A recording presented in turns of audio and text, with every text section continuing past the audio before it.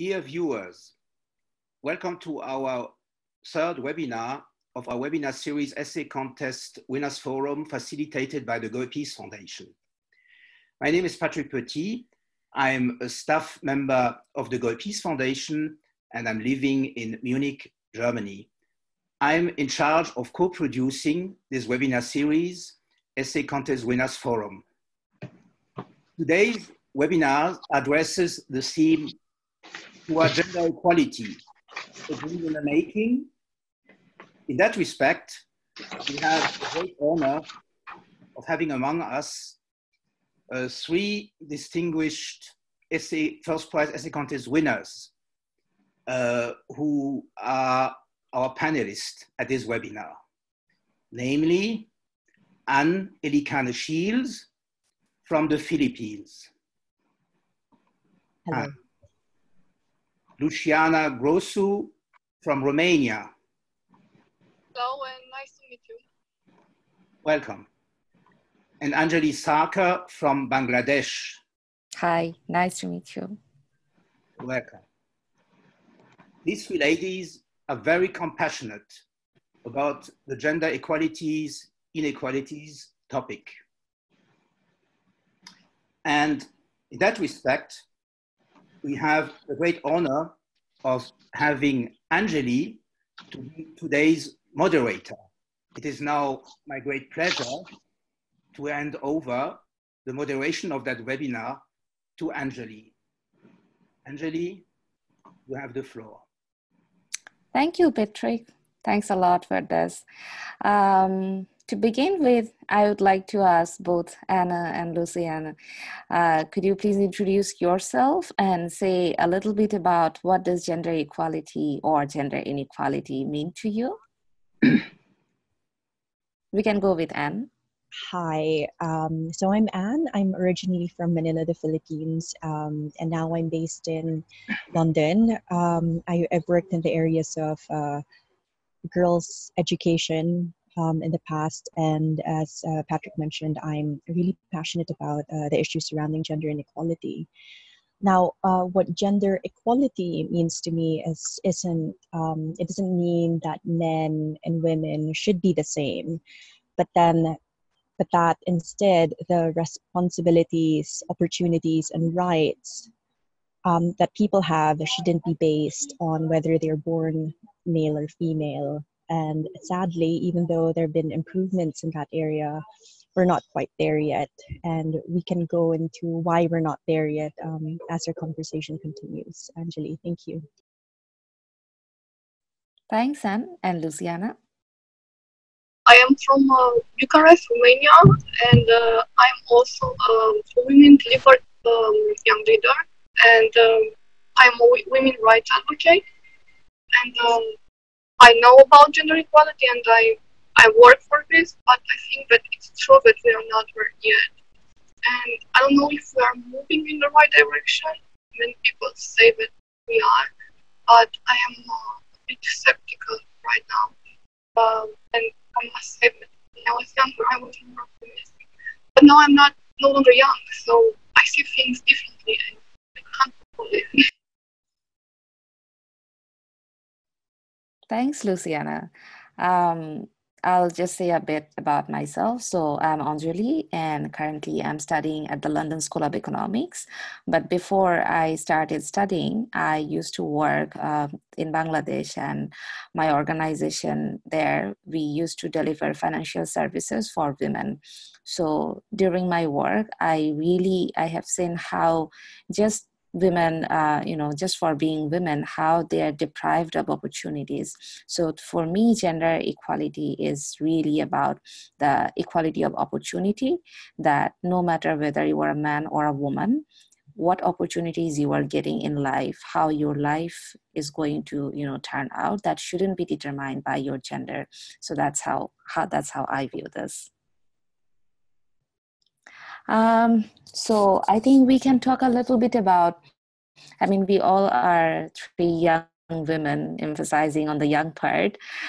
So, what makes you too passionate about gender inequality? I know that it's a sensitive topic and we have personal experiences that we would like to share if we can. So I think talking about your personal experiences, what makes you passionate, Luciana, if we can start with you? So it is obviously a matter of being born a woman, something that I can't change and I would not change. But you can't avoid not being aware of the existing inequalities and the lack of justice as well, because inequality actually means injustice. And it's not only about denied opportunities, it's also about a very different course of life that women can have compared to what can men achieve and they are expected to achieve and supported to achieve. So there are different life courses, different expectations, and not just different opportunities, but those opportunities end up being missed opportunities or even high barriers. So I consider myself a global citizen because I am aware of many women's rights issues around the world. But there are also plenty of those in my own country, which is an EU state, a member of the European Union. But still, there is a lot of gender discrimination, including gender-based violence, especially domestic violence. And even now, we are in the middle of a media scandal because of a female victim who had been raped and killed. And Wow. many women are now coming forward on social media in a Me Too-like movement, and they tell their stories with the police and the authorities. And the stories are about male policemen who didn't believe them, who didn't want to register their rape complaint, who made fun of them when they tried to address the authorities to complain about violence or rape. So there are many stories now, and they are being posted on social media and discussed. And this whole campaign started because of one girl who was raped and killed. But many such cases happen. Many cases of violence against women happen every day. So it's not something special. The only special thing is that now women are coming forward and they tell their stories, their horrible interactions with the authorities, which are mostly male, but they are males who are not interested and not respectful towards women. And this is an everyday reality. Even it doesn't matter if you go there to ask for help to ask for support against your husband who is violent, or if you go there to complain for something else. If you are a woman, you are not going to be taken very seriously. That plus a lot of corruption and organized crime, which is why authorities are not really interested to take those steps. So this is one issue, but I think there are also other issues that I would like to talk about. That's really powerful, Luciana, and we can also talk about much later on the webinar about the Me Too movement and some of the recent developments we are seeing around the world. So how about Anne? What makes you passionate? Well, on a very personal level, it all started for me when so I have a younger brother who's close in age to me, and we did our master's degrees almost at the same time, me to the United Kingdom and him to the US. And we'd go home for the holidays together as well. And what I noticed in our clan gatherings was that my brother was asked about, how are your studies? How are your grades? Do you have any job opportunities yet? But then the questions that were directed at me were, oh, so have you met anybody yet? How soon are you going to get married? How many children do you think you're going to have? So it's basically, you know, the same experience, but different sets of questions. And I love my relatives very dearly, but it did make me question myself that why are we being treated differently? And you know, it's a shame because it was like that until, you know, when we graduated. And you know, I did graduate with honors, and I did a lot of cool things abroad, but I wasn't able to share this with my clan because all they were interested in were my marriage prospects, unfortunately. So that very personal experience made me look at, you know, the other inequalities in Filipino culture and other inequalities like around the world. And frankly, Anjali, you know, personal experience is one thing, but the data that's out there is even more shocking. I was looking at the UN statistics, and this was just in 2018. For instance, the reports found out that only 5% of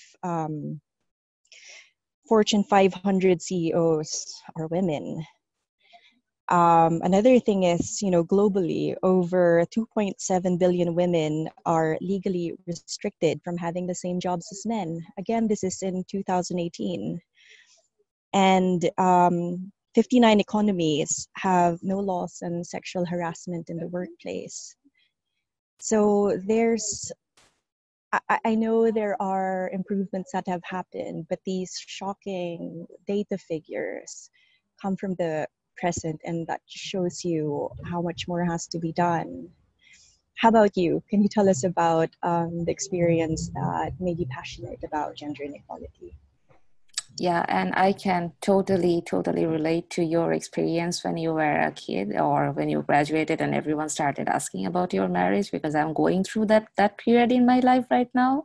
And I think what made me really passionate about gender equality is it's like what you face when I have a sister. So my parents, they don't have a son, and every time whenever a new person, you know, comes to my house, or whenever a relative, you know, came to visit us, the question that they asked, and with us present there, is like, oh, so you are two sisters, don't you have any brother?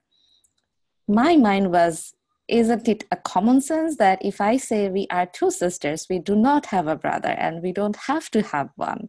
So that was the social expectation on my mother, that, you know, if you have two children and both of them are female, who's going to take care of you? You know, you are going to get old and there will be no one beside you. The underlying assumption was daughters are not good enough. Daughters are never good enough. You know, you need to have a son so that your future is secure. And I think that made me really upset and frustrated that, you know, I'm studying and I will, as a responsible daughter, I'll do everything I can to look after my parents. Why am I not good enough when I'm just a kid? Why it's being assumed that I will never be good enough? But as I became older, I realized that, again, this is just one person, this is just one story, but beyond the inequality of opportunities, there are lots of different things happening. There are violence, there are all kind of traumas that women have to go through silently and publicly and everywhere.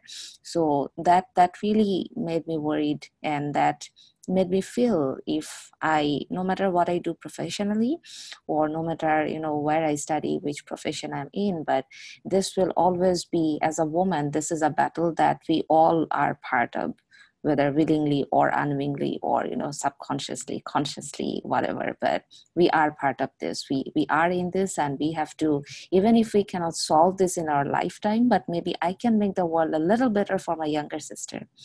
Maybe my younger sister won't be able to solve it in her lifetime, but maybe we can make things a little better for our children, our daughters, if that ever happens. So I think that really makes me passionate about, you know, fighting this uphill battle. Often it really seems like an uphill battle. There's no end to it, but that's where my passion comes from. Yeah.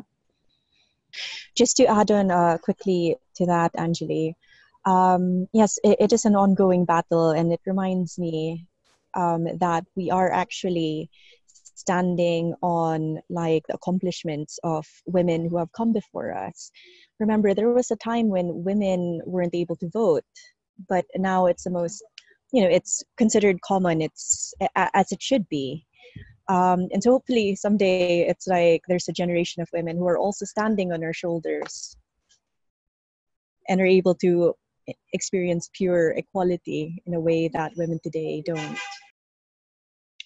In terms of progress, I must say that during the communist dictature that we had in Romania in 1989, the dictator, he was actually very supportive towards the employment of women. So he wanted women to work. But of course, women were supposed to work and also take care of children, and abortion was illegal. However, now we have a democracy, at least theoretically. But what I see is that in this new era in capitalism, the work-life balance is neither achieved for women. So a woman is still forced to choose between her career or job and motherhood. Many times it's a choice, and it's a tough choice. And if you want to have them both, okay, then you have to work full-time both at the office and at home. So unpaid household work is not being recognized, and essentially no one cares how much work is a woman supposed to do, and how much is she going to resist. So I don't say that women don't cope, because they do cope, but there is a lot of stress and a lot of health problems, and it's a poor quality of life. And I think modern mothers are very stressed because of this, because they have the job, they have the children, they have to also take care of their husbands or partners, or like older children many times. So it's inequality. It's nothing like equality. Even if women gain the right to work, which is one of the most important rights, now this right is somehow being used against them. And this is, for me, I absolutely agree with you, Luciana. I mean, I have been thinking a lot about women's unpaid care work and the invisible burden that puts a huge pressure on women around the world, and they are not even getting recognized for it. It's funny, I took a course, feminist economics, when I'm studying at the London School of Economics, and it really opened my eyes, like how millions and literally billions of women around the world, they are engaged in this unpaid care work every day, and it's seen or it's perceived that it comes naturally and there's no consequences. Like, as a professional woman, I have to perform the duties of a full-time a mother and a full-time professional, and also the social expectation, because I'm an educated woman, then, oh, when are you going for your PhD? Like, all the burdens that come one after another, but we only have 24 hours a day, and people are not even recognizing the stress and the pressure that we are going through. So I'm just curious about your, in your personal life, have you faced any experiences like this, where because you are a woman, you are expected to do a lot more, you are expected to behave differently, you are expected to fulfill tons of expectations, how does it work? well, personally, I choose not to become a mother because it's not something I can reconcile with my lifestyle. But my female friends are trying to do it all in no particular order and without really knowing if it will work. They try to hold their jobs, to become mothers if the opportunity arises in due time. Those who are already mothers, they struggle a lot and they are very stressed, and they see their children very little because they have very little time for them, but they have no time for themselves, for relaxing, for sleeping. There is no more time for being healthy. So when I look at my female friends around me, and when I compare how their lives are like now with how they imagine their life to be in childhood and during teenage years, years, I see that the life that they have now is very, very different from the life that they imagine that they will have. And even though they are trying to keep this this message that they are happy and they are fulfilled, their life is very far away from the kind of life that they would like to have.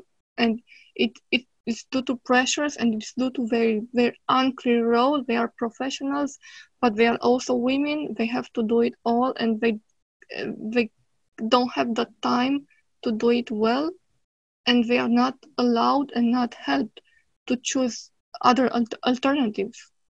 So it is important to be able to have your career. It is also important to be able to spend time with your children, not to institutionalize your children, because today's children grow up being institutionalized. I mean, children with parents, they grow up in kindergarten and they stay many hours there.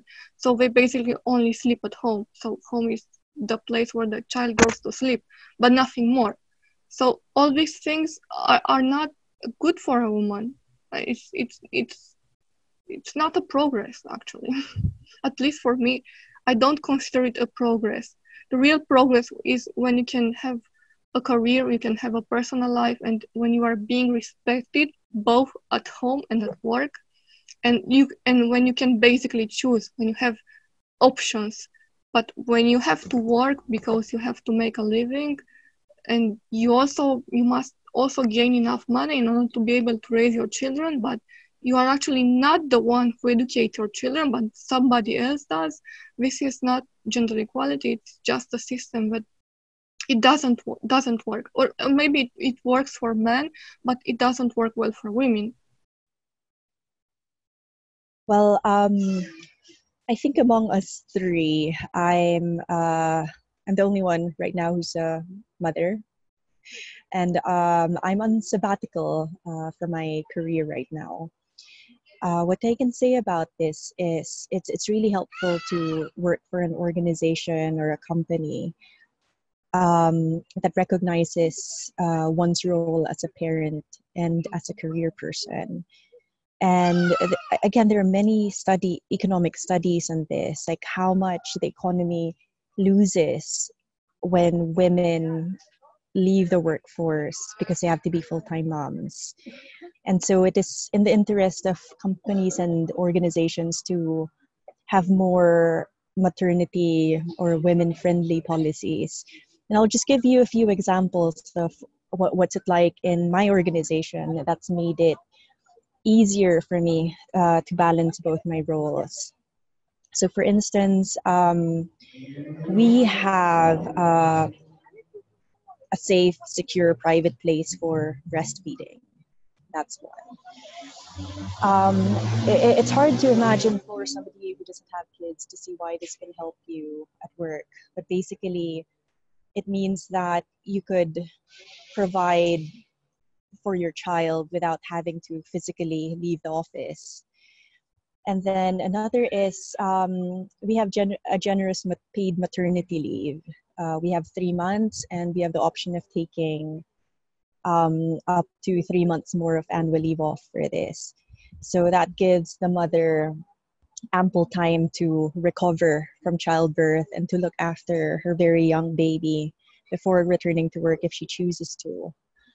And together with maternity leave, we also have paid paternity leave, which is for men, but which is important for women as well, because frankly, I don't know how I could have survived the first few months without the full-time help of my husband. You can't be awake 24 hours a day. So your partner plays a big role in that, and he can only do that if he has paid paternity leave as well.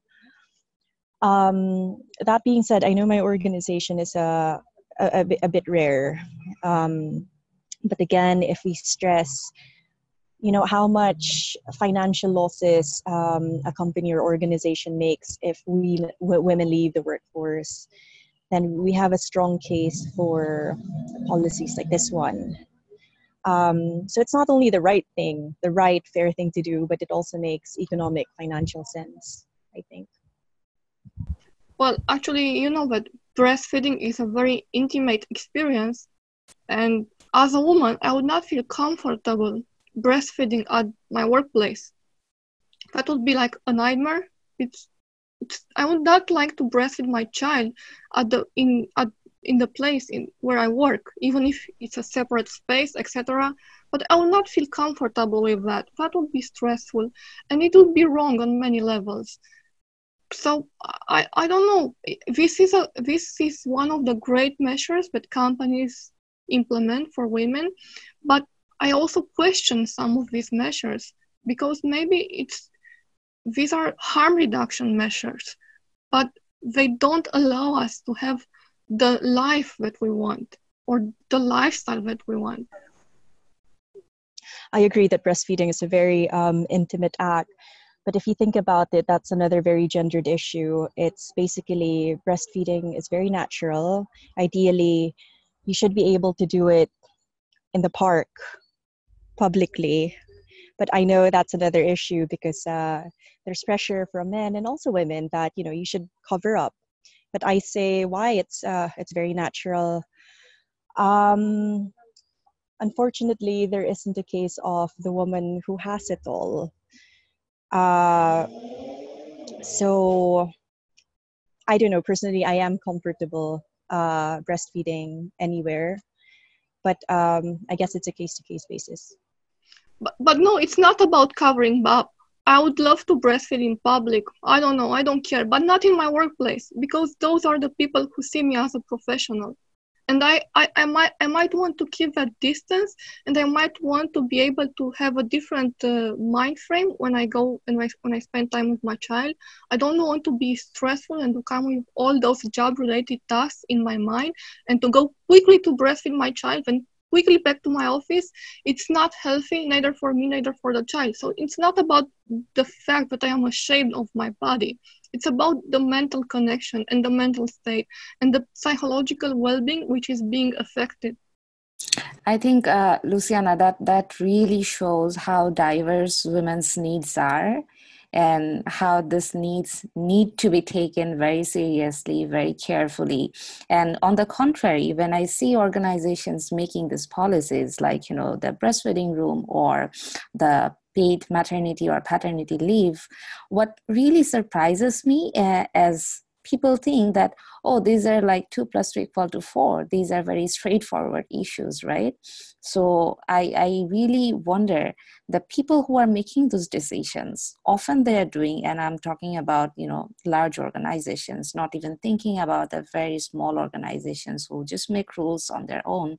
So people are doing these things often because the government is making laws, the government is making mandatory to have those kind of policies and things. But even before that, unless these organizations or these entrepreneurs, people who are making these decisions, unless they are being pressured, somehow they don't think about it. Somehow they don't think about, oh, I mean, we have so many women working here. We should have a policy. We need to have something. I remember I met one of that woman. She was the first woman ambassador in my country. Like before her, there was no ambassadors, not at that high position in the foreign ministry. And she was telling me how when she was in the office and she saw that there are no toilets for women, it never occurred to anyone, although there were, like, you know, female staff, but in that area there were simply no toilets for women. And that surprised her, but that didn't surprise anyone else, because I find it quite funny to see that men take it for granted. Like, you know, if the world is working for men, if the world is designed for men, and if it's working for them for 1,000 years, more than that, it should work for women. Women should adapt themselves to it. But I really appreciate that you shared, both Anne and Luciana, that you shared your diverse viewpoints, and that really makes me appreciate the fact that these things are not as, you know, technical as they are treated around the world. There has to be a lot more consideration. There has to be a lot more thought. And people who are making these decisions, women should be there. It's about one thing when you are a man and you are deciding, oh, just utilize those storerooms and make them daycare. But again, daycare is something, you really have to think about it, how to design a daycare so that it fits the purpose of the mothers, it fits the purpose of the babies. So I really appreciate that we have such diverse viewpoints, and hopefully that can spark discussion, that can generate some conversations, and eventually women and all kinds of women, all needs, that will be taken into consideration. I'm wondering, and we just, I think Luciana mentioned about the Me Too movement. So what do you think about women who are now, previously who were afraid to talk about the gender equality, gender inequality that they're facing in their personal lives, in their work lives. But now I see more and more women, and especially young women, are talking about that. What do you think? What changed, or how can we, keep this progress going? I think the new technologies changed this thing with the internet, because it helps women express their opinion quickly and honestly. So they don't have to think a lot before coming out and telling their story. It's very quickly and it's easy. It's easy to talk, it's easy to post, it's easy to make a video. So this has changed, and it has changed for the better. But I must say that women, there is a reason why it is called Me Too. It's because women don't come out, don't step out to tell their stories unless someone else does it before them. Like, there must be a first woman who starts the chain, the link. And this, sometimes it happens whenever a tragedy happens and the media covers it, and then there is a Me Too effect.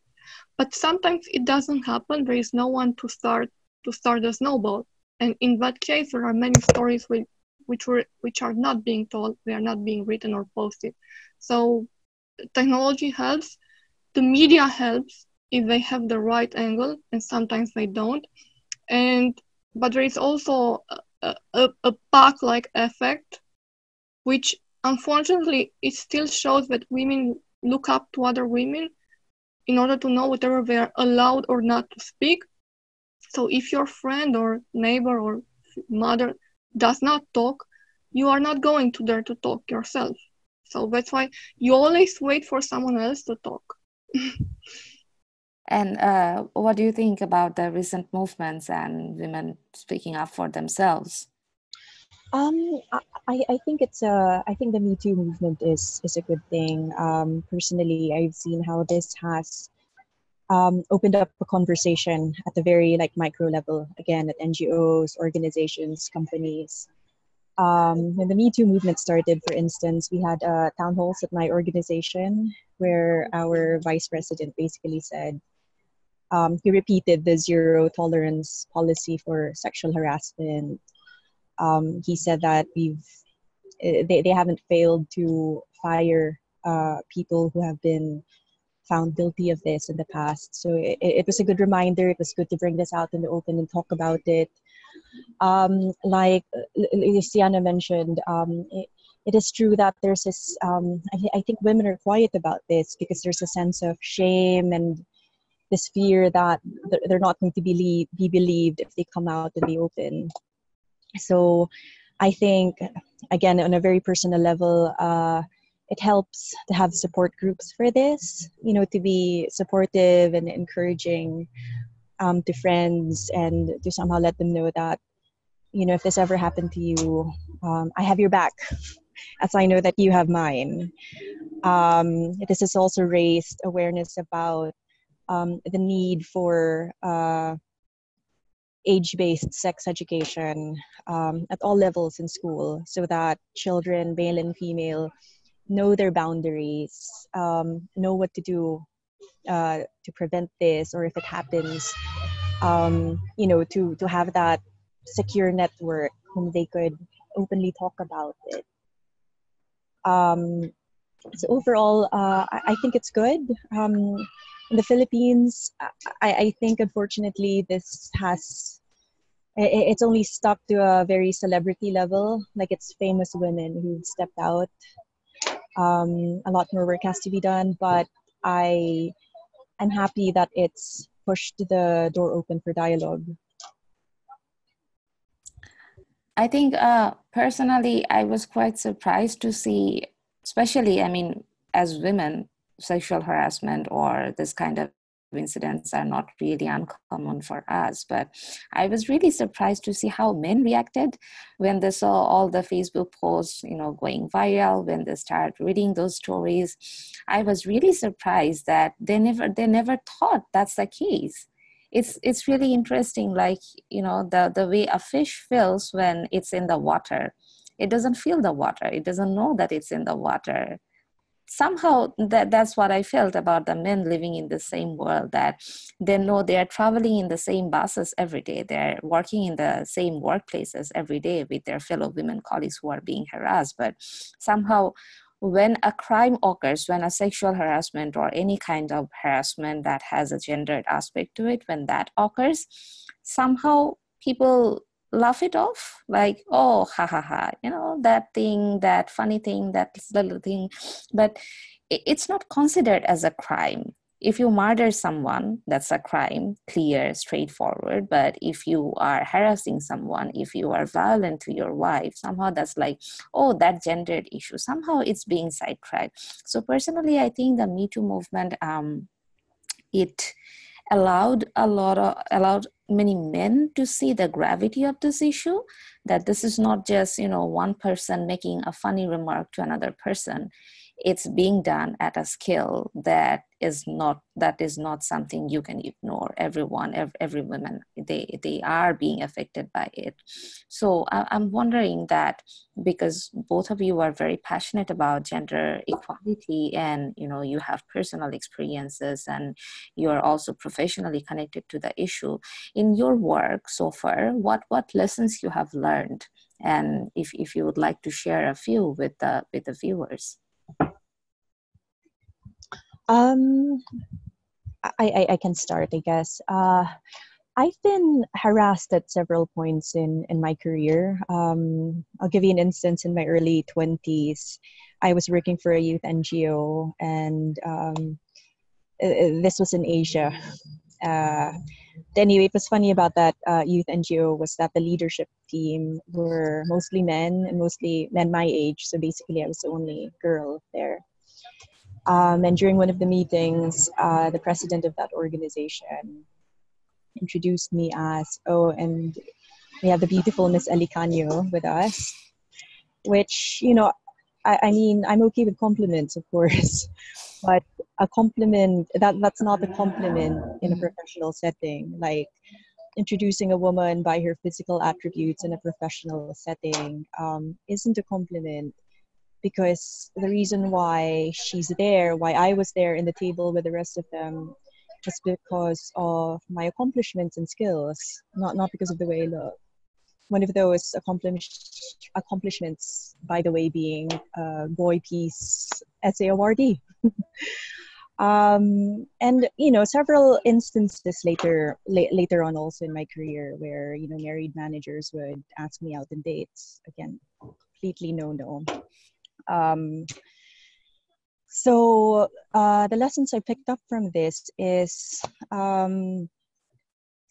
unfortunately, like, it is a problem. I think it will continue to be a problem. The way to address it is to build support groups for women, for, in school and in the workplace, to have a zero tolerance policy towards harassment, and to communicate that to students and working professionals as well.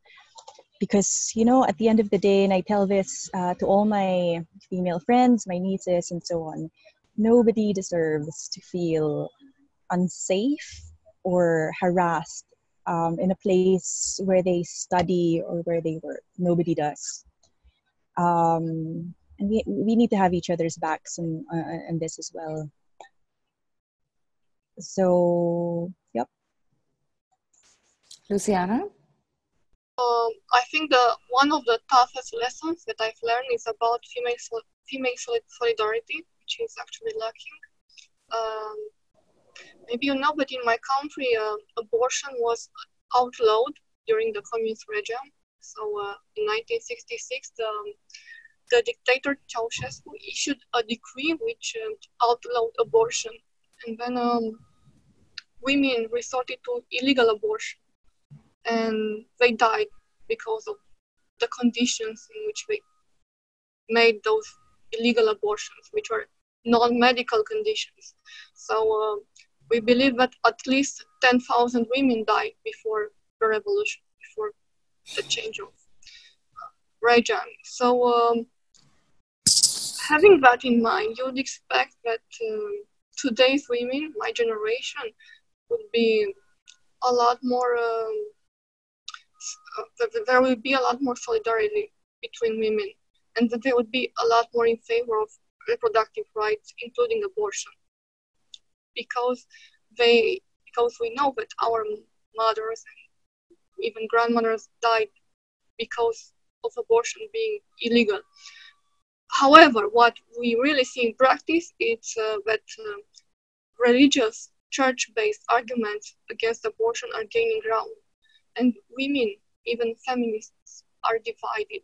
So abortion is just one example, an issue on which women who defend women's rights are divided, but there are also many other issues. So many times, even in the media or in private conversations, it's you see this situation where women are going against women and they are confronting each other. So female solidarity, it does exist, but it doesn't always function. And of course, abortion is a difficult issue, but you can also talk about, for example, female submission, whatever a female should listen to her husband, to her male partner. And some women say that if you are a good wife, a good partner, you have to listen to your husband, to do whatever he tells you to do. And other women say that no, you have the right to speak your mind. But it's a problem when you open up your heart to another woman and she doesn't support you. And this is one of the toughest lessons that I've learned, because just because you speak to another woman, it doesn't mean that that woman is going to understand you and support you. So you may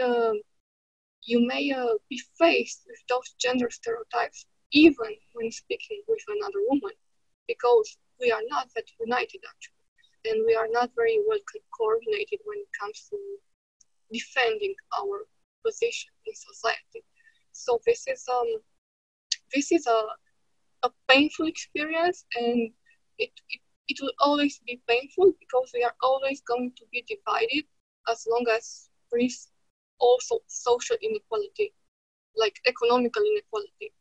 So gender equality is also a problem of power differences in terms of social status and economical status. And this is a reason why women are, and religion, of course. And this is a reason why women are not really, there is not enough solidarity between women, even though we share the same gender, but we might not share anything else.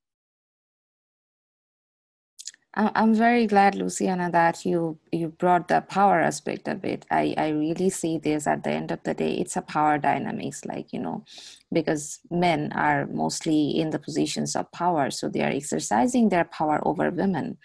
And I personally, and this is my takeaway, I personally feel that the fear that women have to live with every day, whether it's walking down the street and being constantly in an alert mode, who's coming towards me? Should I walk this way? Should I walk to the other side? How should I dress? And how should I talk to other people? So at personal level and also at professional level, we are constantly dealing with so much pressure, so much stress, so much fear. I think I used to worry about these things a lot when I was younger, but gradually I think I'm learning that, the things that I'm scared of, probably they will not happen. Maybe they will happen, I don't know. But the fear that I'm dealing with every day, it's killing me every day. And it's not the life that I deserve. It's not the life that any other women deserve. I see a lot of women, and practically when I work with rural women, I see how they are okay with the violence, how they are okay with all the harassment and, even physical abuses and violences that they are receiving from the male members of the family, just because they want to be financially secure. They want to be socially secure. They don't want to be alone and stranded. So I really feel the complexity of the issue, that it's about power, it's about patriarchy, it's about social structures, it's about how women have been conditioned to behave and to act in certain ways. And there's no easy solution to it, but at least the minimum that we can do is to recognize that this is constructed. Like, this is not an absolute truth. This is not anything universal, that just because I am a biological woman, I have to deal with this, or I have to behave, or I have to act in certain ways. It's all socially constructed. And if something is socially constructed, probably we can find ways around it. Probably we can find, ways of how women can support each other. And often women are the ones who are holding patriarchy. Like, we behave in patriarchal ways more than even men do. Sometimes that happen as well. So I think that really opened my eyes, and I began to think about, so in practical terms, what can we do? What little steps we can take? What little actions that we can take towards achieving a slightly better society, or slightly gender equal world. So I know that we don't have a lot of time. It's the last 10 minutes of the webinar. So I was hoping, considering that I sincerely hope that there will be men watching this webinar as well. It will not be one of those gender conversation where the speakers are women and all the members in the audience are women as well. But again, who are we talking to? So I was hoping if you have any parting advice for the youth in general. So that includes young men and young women as well. So what can we do? What can we do now? What can we do today? Or what small steps, little actions that we can take, which will help us to progress towards a more gender equal world? So just really practically speaking for young people, just to go back to the Me Too movement regarding this last question, unfortunately, it's also brought out a lot of cynicism and a lot of negative comments from men who make it about men again. So I'd advise young people not to feed into the cynicism, not to argue with the trolls online, for instance, who say outrageous things about women and our role, but to instead seek out, the groups that are actively doing things to further women's rights. And there are those groups in our communities, countries, online. I belong to such groups in the Philippines, for instance. I still do believe in solidarity. It's a natural filter, I think, because the women who uphold the patriarchy would never join those groups. So you seek out light-minded feminists, for instance, and you work towards a cause. The second thing is policies and laws change things. So one has to actively lobby, your local government, local politicians, lawmakers to change things. Again, like you might think, oh, that's futile, nothing's going to happen. But if you do that in large number, they will have to listen to you. And that's how we got the women's vote anyway. It's by, political lobbying. And lastly, as a personal thing, I'd say I grew as a feminist by reading a lot, by watching documentaries about inequality in other countries aside from my own. A really good piece to read, and it's required in Sweden, I heard, is that essay by Chimamanda Ngozi Adichie, We Should All Be Feminists. It's a good introduction, I think. So this goes for women and men alike. You have to understand, because it goes beyond your personal experiences or even what you see in your culture. This is a worldwide thing, and it has to be addressed. I think one of the guide questions that we were looking at also is the relationship between gender equality to world peace. We could go into that later on. What do you think, Anjali? Yeah, but we can talk about it like quickly. Yeah, so just really quickly, again, there are economic studies that show that money in the hands of women, these are economic studies, tend to go more to their children and to their communities. Yeah. So countries that are more gender equal are also more economically prosperous. They do better in human development. And I mean, the link is quite obvious, isn't it?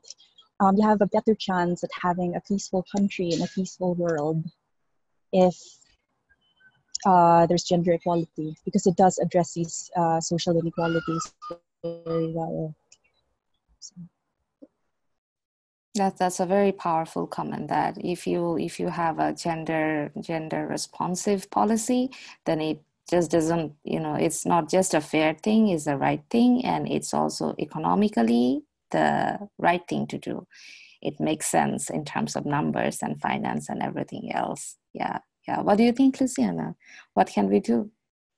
I think that it's true that sometimes women behave in patriarchal ways, with reality it's a fact.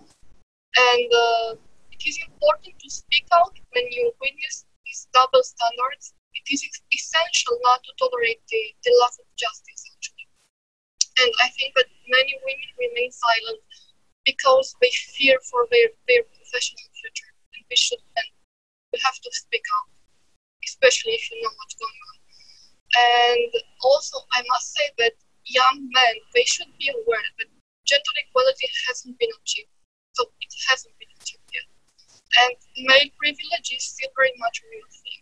So it still happens, it's still there, and it's still active. It is important to challenge, the harmful traditions that disrespect gender equality. But at the same time, we also have to challenge the present, the status quo, what we have now. We have to ask again and again, whether women are really empowered, whether we really have the control, and what are we controlling actually. And I think that poverty and economic slavery are big obstacles towards achieving gender equality, and it's important to address this at the same time addressing not to mention that even if in the next 20, 50 years the concept of gender will disappear, inequality will not.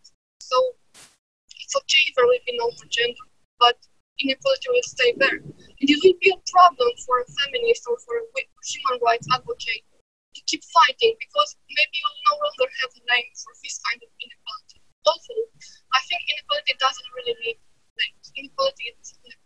You know it because you live it. That's very valuable. That's very valuable, Luciana. I think before handing it over to Patrick, my 2 cents will be one. Recently, I heard this new frame that women have somehow this tendency of approval addiction. Like everything that we do, every little step that we take, we tend to seek approvals from other women, other people around us that shape how we behave and how we act so significantly.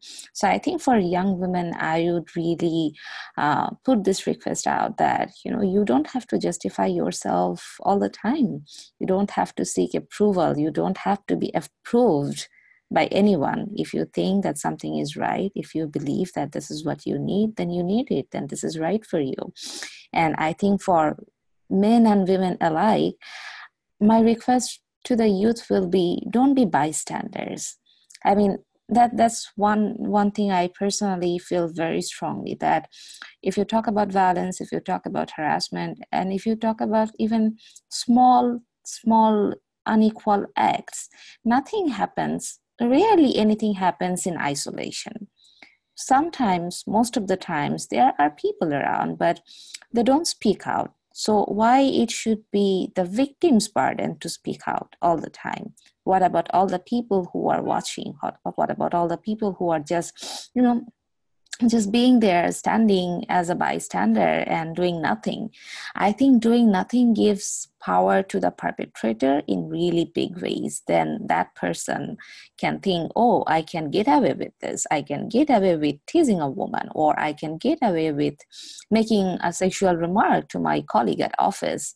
But what if we can create a world where no matter, whether you are a man or a woman, no matter whether you are the victim or just a person sitting beside her, what if we all can do little things, say something small, so that the person who's, making a rude comment, the person who's making a discriminatory act can feel, oh, there are people watching me and I'm not going to get away with this. So I think that would be like, my final comment on this webinar, that, young men and women, maybe we cannot change the world overnight, but we are seeing these acts of discrimination, acts of violence, acts of harassment every day.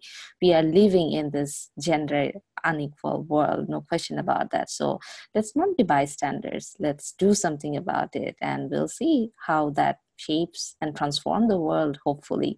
So we don't have any time at all. So thank you very, very much, and Luciana, both of you. I'm handing it over to Patrick. Patrick, here you go. Moderated this very inspiring and powerful webinar.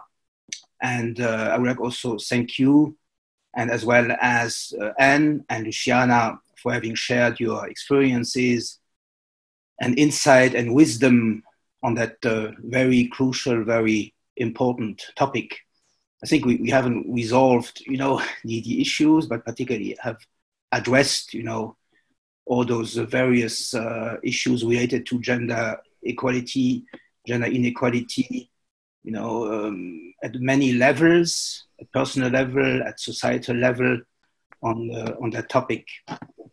So our next webinar will be in September 2019, and the details will be announced on the Goi Peace Foundation website and on the Facebook page of the Goi Peace Foundation.